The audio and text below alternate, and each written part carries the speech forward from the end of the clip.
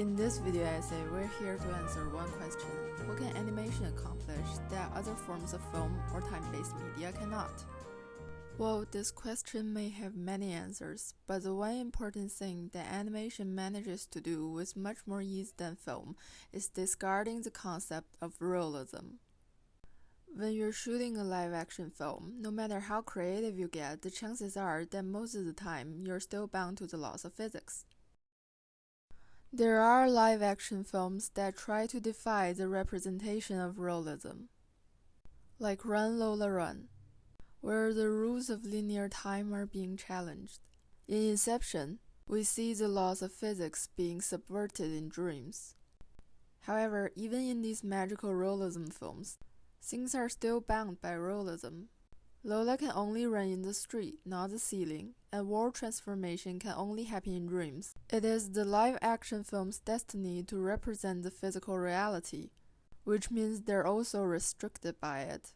When physical reality meets the element of magic, it is usually through special effects, which will still require the techniques of animation.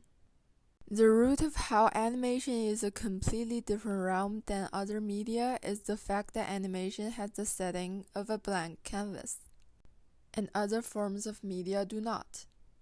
Live-action films have to be set in our physical reality. Having that freedom of creating on a blank canvas makes animation achieve many things a lot easier. There are two things that I consider both intriguing and crucial to this medium: abstraction and plasmatic flexibility. Some examples of abstractions are Lichtspiel Opus 1 by Walter Rodman,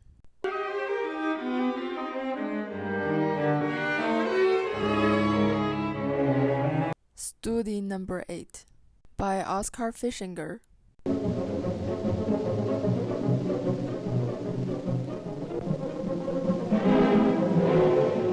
and Spheres by Norman McLaren.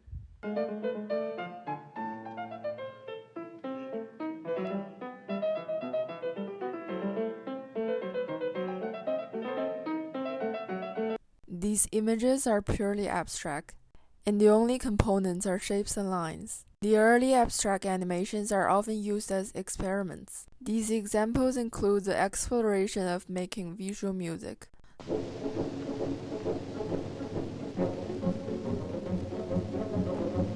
The form of animation opens the door to developing visual abstraction by combining abstract shapes, movements, and sound.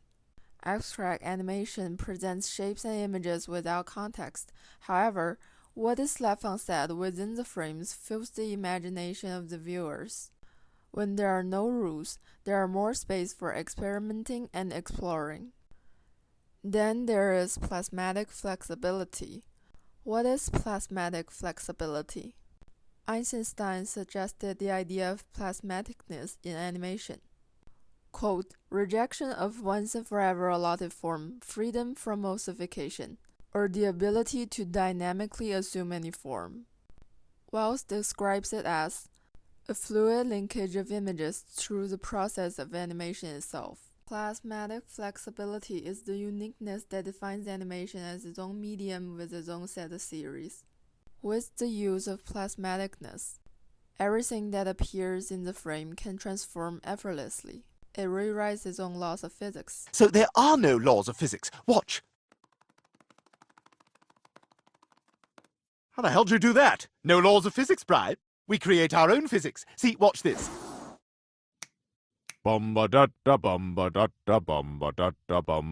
Transforms time and space, blurs the distinction between human and non-human, and even shift identities. Turning Red is a good example. The girl Mei Mei shifts her identity between a human girl and a giant red panda. The two identities representing her different sides and emotions, bringing multifacets to the character. It offers animators endless possibilities to innovate and ignites the imagination. Moreover, these transformations not only possess the power to create fun images, but it also impacts the meaning animations make. Quote, transgression cannot operate without structural constraints. Animation is a medium that is powerful and full of the potential to deconstruct and rethink the ideological structures of our reality. In Norman McLaren's Blinkety Blank, a retracing pattern and an umbrella transform into two birds who go from fighting to mating in an instant, and birthing a child that is the mixture of both.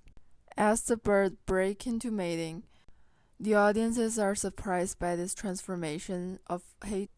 This animation is fairly abstract and out of context, yet it tells a story that deconstructs its previous setting as the story develops, making the narrative interesting.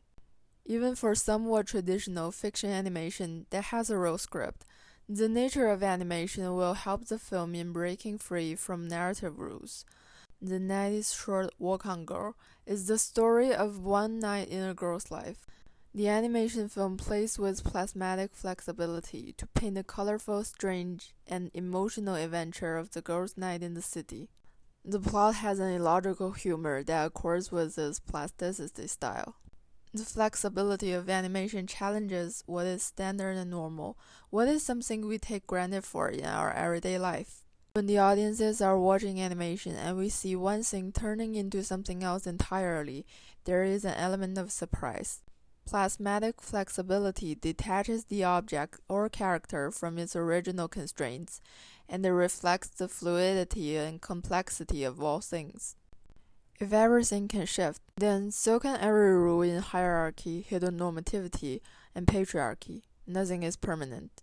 So it is with abstraction by animation.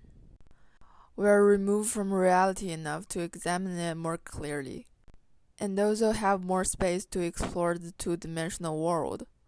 In the end, the form of animation offers possibilities to escape the confines of reality in animation works, and to transgress and challenge standards and normalities in real life in a way that is truly unique.